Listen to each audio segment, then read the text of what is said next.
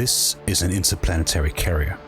Inspired by classic Cameron and Sid Mead designs, as well as Japanese science fiction, it's a prime example of how sometimes a veneer of credibility is all you really need. And if you're new to Blender, I'll be discussing a few different steps you can take to make the transition into Blender easier for you. Welcome to Techniveau. My name is Rasmus.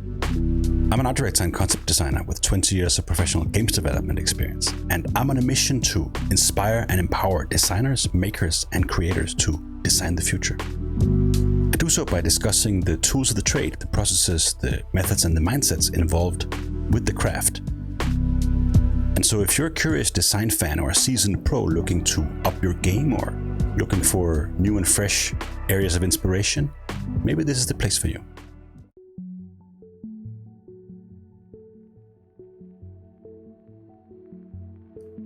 So here's the big carrier in Blender.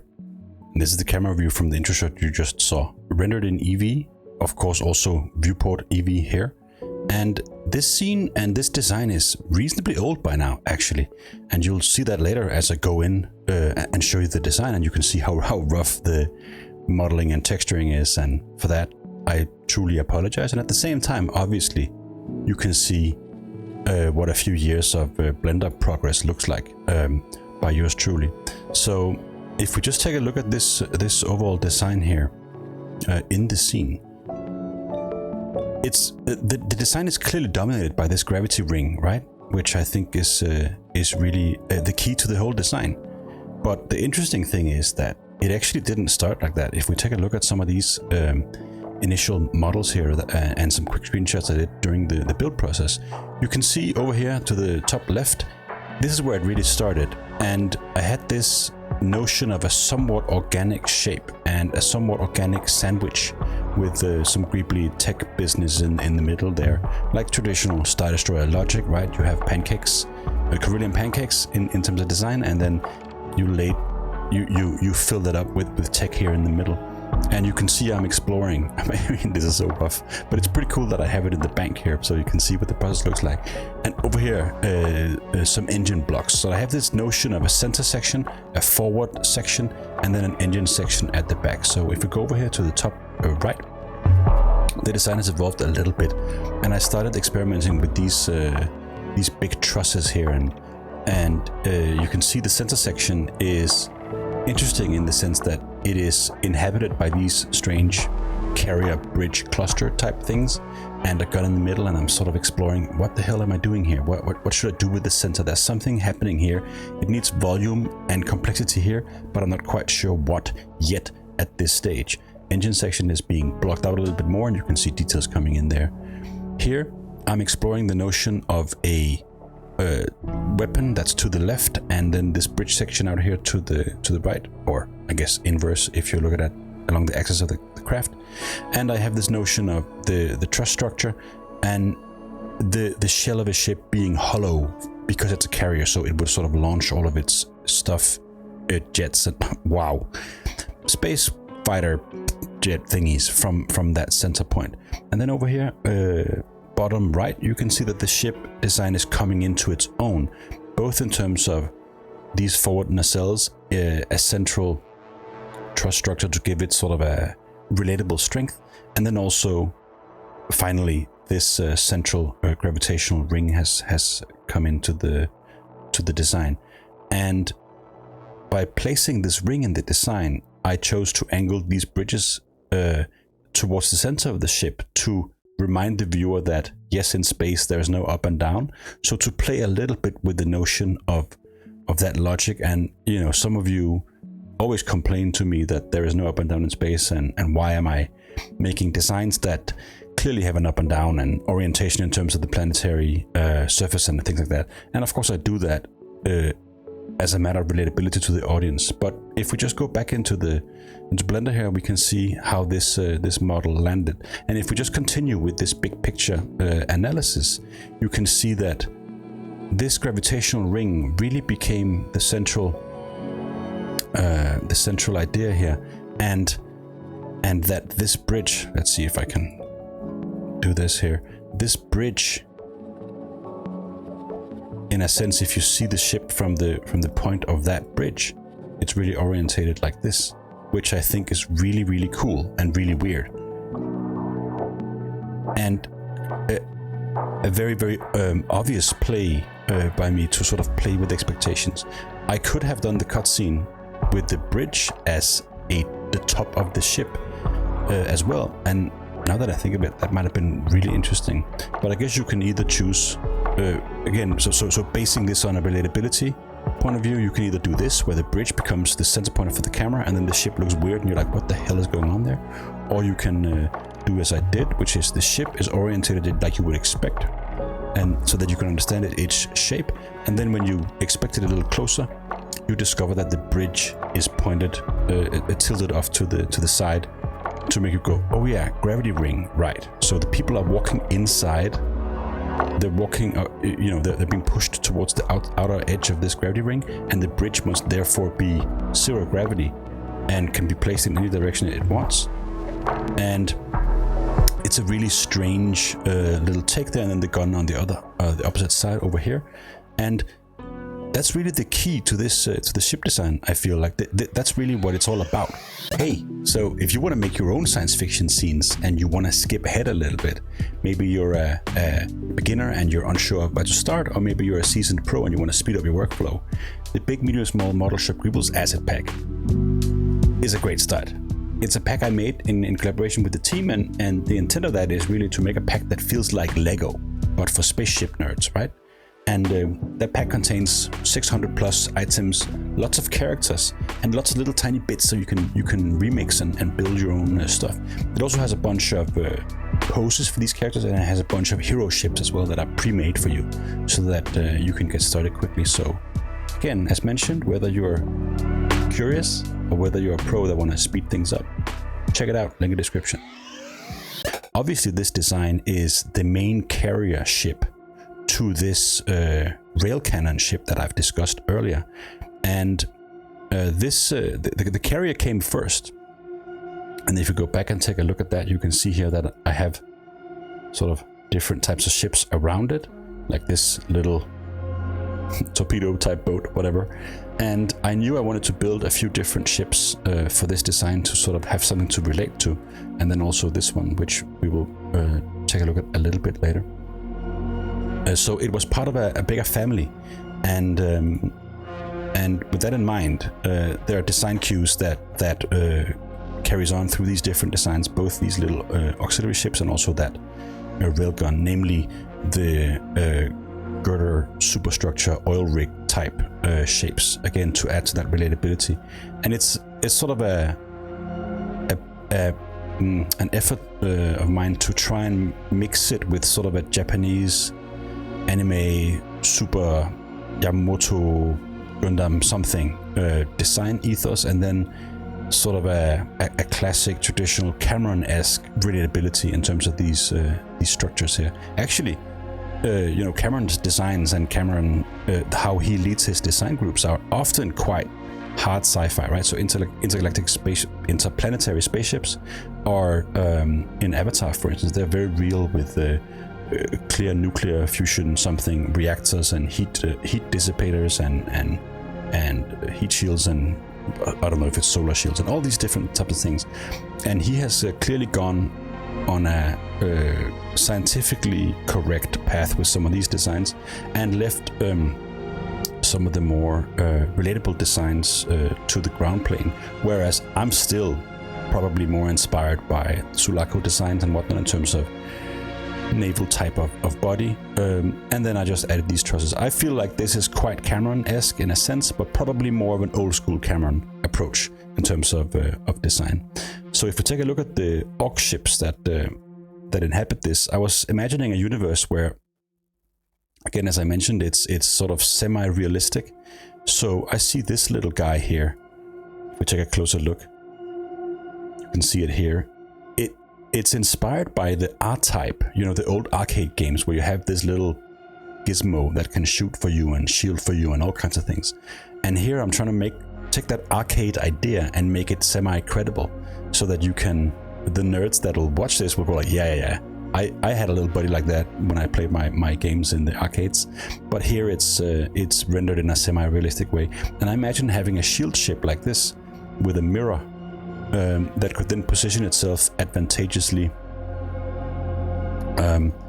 Let's say maybe we come in around the orbit of this planet here, and we would then position our shield ship somewhere out ahead of us to cover optically, basically, to cover the main ship.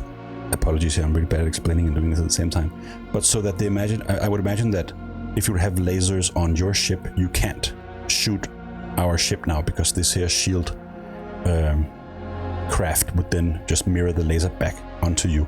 Of course, you can shoot missiles and rail and all that other jazz, but it was just an idea to try and make real, both the arcade idea, and then also to have a few thoughts on how the hell would this sort of stuff work in a semi-realistic rendition. Again, I don't want this to be a big paper-thin sail up ahead that takes up too much space. I want a relation where this feels like a co-ship and not a main ship. And it's really cool when you can see the EV render here. You can see the mirror real time, and it's very cool when they fly close together and you place the camera like this. You can get this super cool experience. What am I saying here? Like the scale of this ship, it shouldn't be too big, because then it would take too much attention for the scene or the relationship or something. So even though this shield in reality should be much bigger than the main ship, I don't want it that way, because it bends the rationale, and it bends sort of the mindset of that I'm going for with it. That is that arcade idea of having a auxiliary shield ship.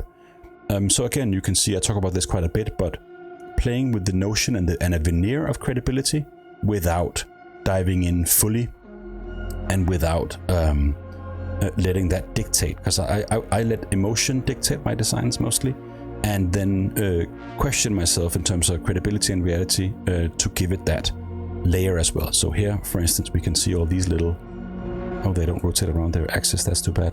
Anyway, all these little towers here with jets, so that you can understand how this ship would maneuver. And that's just inspired by, a bunch of classic science fiction properties, but reality as well, space station docking and whatnot.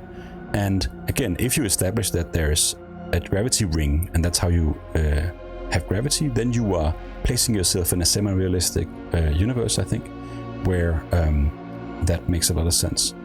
In the front, bunch of radar clusters, all kinds of chaotic stuff, again inspired by Japanese sources of noise and overly complicated shapes and all that stuff, and that's quite fun.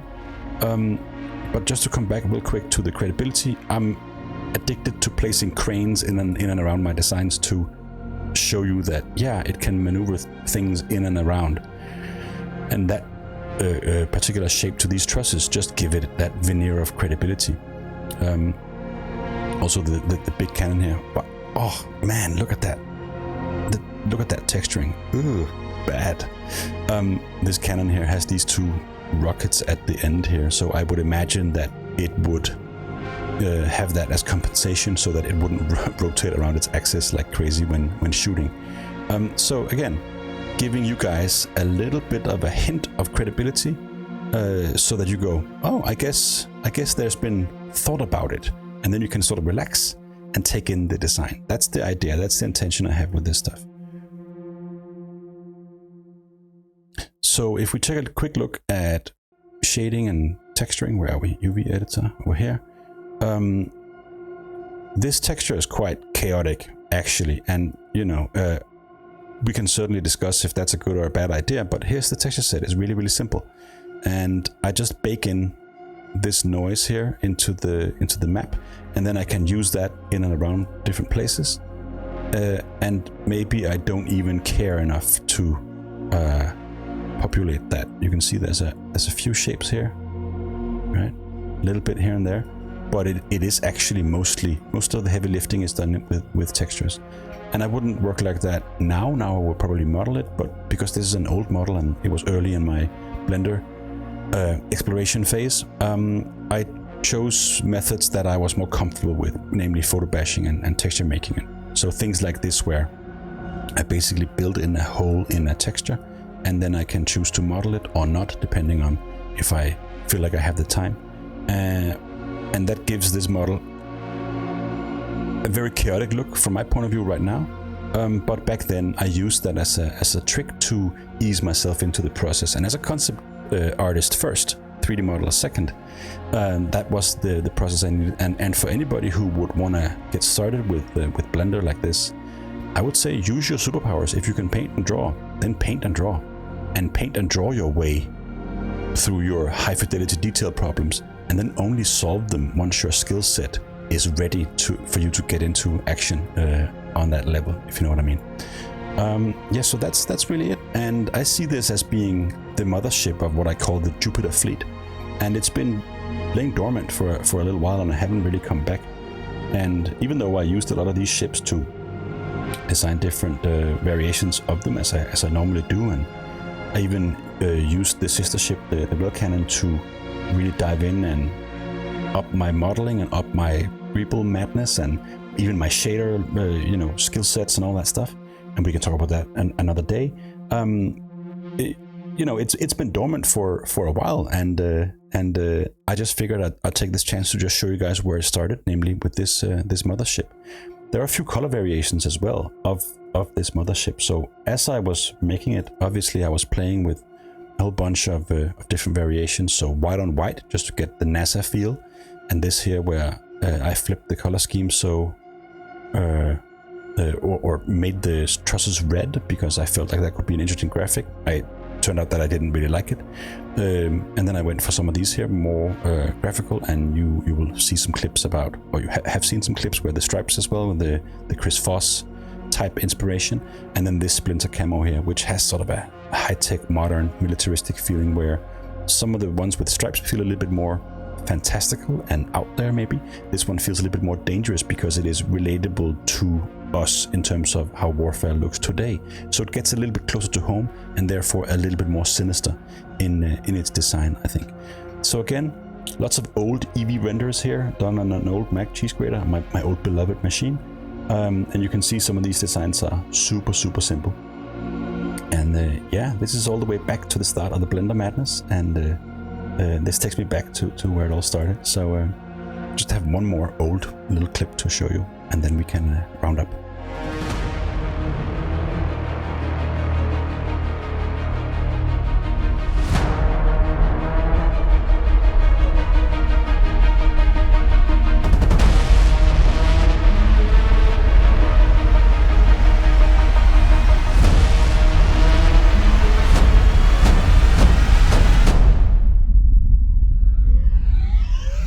So yeah, one of the older designs of mine, and one of the designs that were quite early in my Blender process. And for those of you new, I think it's important to mention that looking back at this design, I'm like, it's a bit cringy and, it's rough. And at the same time, I remember relaxing into it. And as I mentioned in the video, for instance, playing with the textures and whatnot, like, in the same way we used to make games, right, back in the day, where we would just include details in the map because the consoles and whatnot didn't have enough power to render as much geometry as we do nowadays.